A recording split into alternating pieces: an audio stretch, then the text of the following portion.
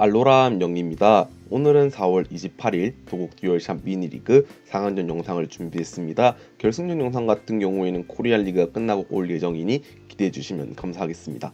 먼저 덱 소개를 해드리자면 왼쪽은 최근 영상에서 자주 등장하고 있는 빛나는 게노세크트 덱이고, 오른쪽은 이번에 이토 신타로 선수님께서 쓰신 후파 블랙키를 변형한 덱으로 생각이 됩니다. 먼저 선공은 왼쪽에 빛나는 게노세크트 측이 가져가고, 네트볼로 이상해씨를 벤치에 내려놓은 후에 난천을 사용했습니다. 네트볼은 자신의 덱에 있는 기본 풀에너지나 기본 풀타입 포켓몬을 서치할 수 있고, 난천은 자신의 패를 모두 덱으로 넣고 섞은 다음에 6장을 드로우한 효과를 가지고 있습니다. 추가적으로 이상해씨와 베베놈까지 벤치에 내려두고 네스트볼을 사용했네요. 네스트볼을 사용해서 가져올 카드는, 여기서는 아무래도 추가적인 베베놈이나 빛나는 게노세크트를 가져오지 않을까 싶습니다. 덱을 확인하면서 서치할 카드는 쉐이미 프리즘스타를 가져왔네요. 아무래도 추가적인 어태커보다는 나중에 빛나는 게노세크트가 기절했었을 때 후퇴 발비가 0인 쉐이미 프리즘스타를 내보내서 편하게 후퇴를 하려고 하는 것 같습니다. 그대로 차례를 종료하고 오른쪽에 후파 블랙키 덱으로 넘어가서 지라치 송원의별 특성을 사용했네요. 덱 위에서 5장을 확인하고 그 중에 있는 트레너스 카드 한 장을 패에 추가할 수 있는 특성입니다. 여기서 서치할 카드는 아무래도 드로 관련 서포터가 필요할 것 같은데요. 현재 패와 덱 위에 5장을 비교하면서 가져올 카드는 구즈마를 가져왔습니다. 여기서 아무래도 패에 이미 드로 관련 서포터가 있다고 생각해도 괜찮을 것 같은데요. 추가적으로 네스트볼까지 사용해서 자신의 덱에 있는 기본 포켓몬 카드 한 장을 덱에서 벤치로 바로 꺼내올 수 있습니다. 여기서는 아무래도 EV 블랙키 덱이다 보니까 미리 EV를 준비하는 것도 나쁘지 않을 것 같다는 생각이 드는데요. EV를 벤치에 내려두고 그리고 나서 악에너지를 붙여서 에너지 진화 특성을 사용했습니다. 기본적으로 포켓몬 카드는 진화를 위해서는 한 차례 후에 진화한다는 조건이 따르지만, EV의 에너지 진화 특성 같은 경우에는 붙인 에너지 타입에 따라 덱에 있는 포켓몬으로 진화할 수 있기 때문에 그 제약을 없앤다는 게 큰 장점인 것 같네요. 블랙키로 진화하고 잠시 플레이가 멈춘 걸로 봐서는 아무래도 패에 들어가려는 서포터는 없었던 모양입니다.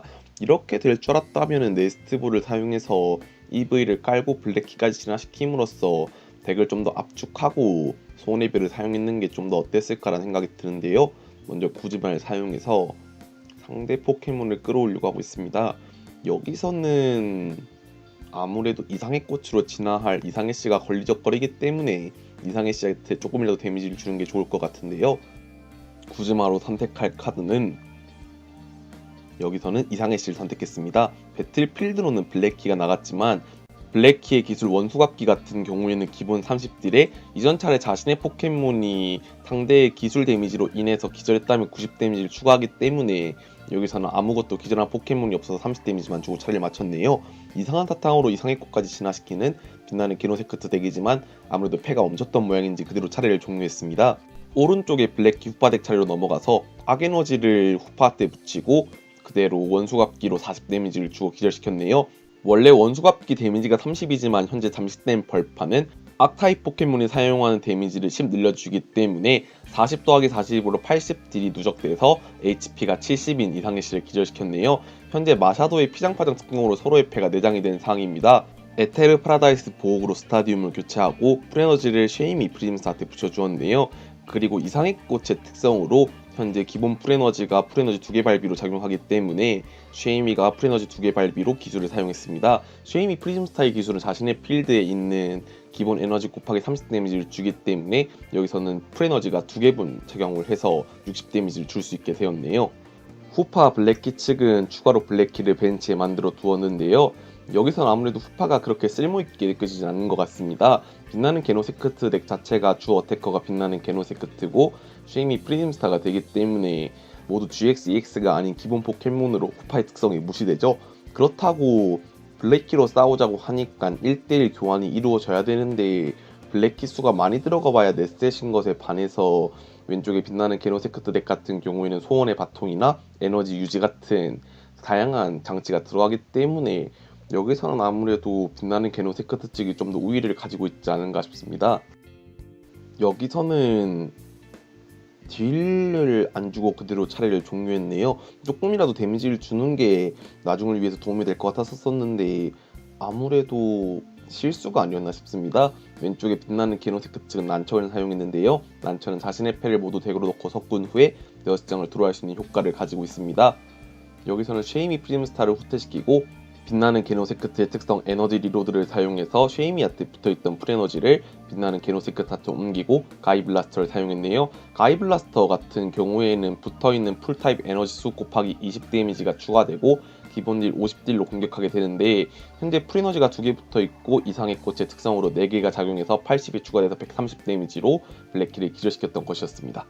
현재 스타디움 카드로는 블랙마켓 프리즘스타가 깔려있는데요. 블랙마켓 프리즘스타는 악에너지를 붙이고 있는 악타입 포켓몬이 기절했을 때 상대가 가져가는 프라이즈의 개수가 1개 적어지므로, 만약에 스타디움이 이대로 유지된다면 블랙키가 기절한다 치더라도 프라이즈 손실이 없다는 걸 말씀드리려 했었는데 곧바로 에테르 파라다이스 보호구에 의해서 스타디움이 교체되었네요. 다시 한번 난천을 사용합니다. 빛나는 게노세크트가 이런 형식으로 패가 풀리게 되면은 데미지가 계속 누적하게 돼서 막을 수 없게 됩니다. 추가적인 네스트볼을 사용해서 여기서는 아무래도 두 번째 빛나는 게노세크트를 준비하지 않을까 싶은데요.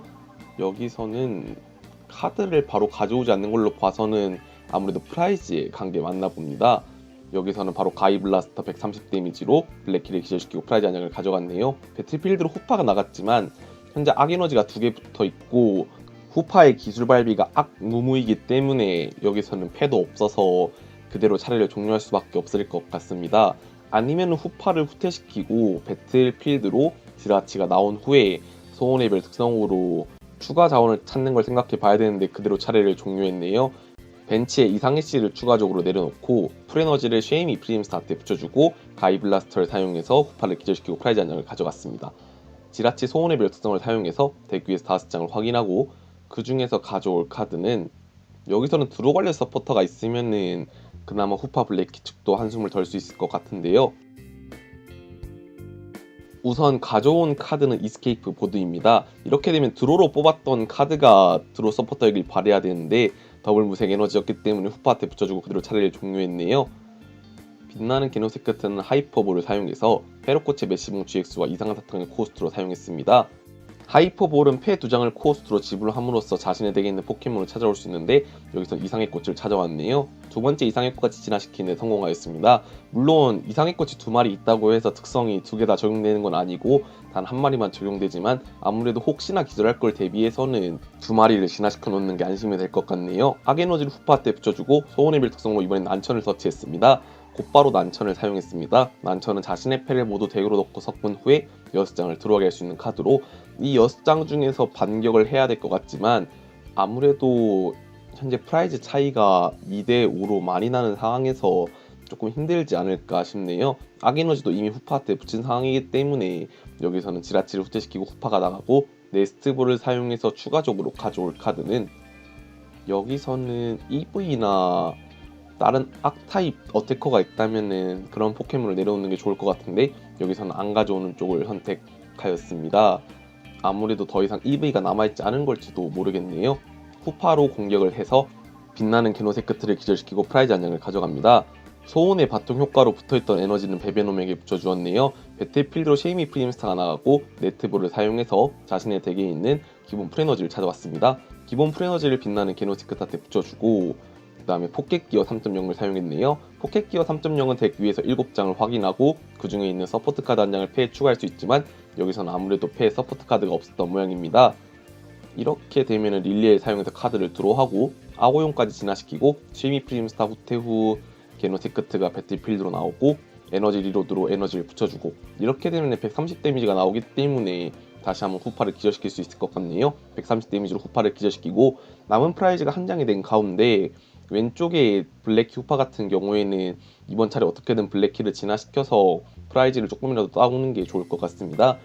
물론 프라이즈를 따온다고 해도 현재 배틀필드에 쉐이미 프리즘스타가 나오게 되면은 에너지가 1, 2, 3, 4, 4장이 붙어있는 상황에서 8, 240 데미지가 쉐이미 프리즘스타에서 딜이 나오기 때문에 아무래도 게임의 승세가 거의 굳혀지지 않았나 싶네요. 벤치에 있는 지라치가 배틀필드로 나오고 소원의 별을 사용하지만 아무 카드도 가져오지 않습니다.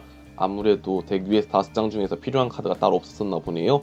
이미 후퇴도 했기 때문에 일단은 동굴탈출 로프를 사용해서 상대 포켓몬을 끌어내 보지만 릴리를 사용해서 드로도 보고, 이렇게 되면은 블랙키로 진화시키고 악에너지가 있다면 공격이 가능할 것 같은데 카운터 캐쳐까지 사용해서 이상의 꽃을 끌어냈습니다. 이런 형식으로 시간을 버는 것도 한 가지 방법일 것 같은데요. 구즈마가 있었기 때문에 제이미 프리즘스타로 지라치를 기절시키면서 게임이 종료되게 되었습니다. 이번 영상도 봐주셔서 감사하고 다음 영상도 더 좋은 영상으로 찾아뵐 수 있게 노력하겠습니다.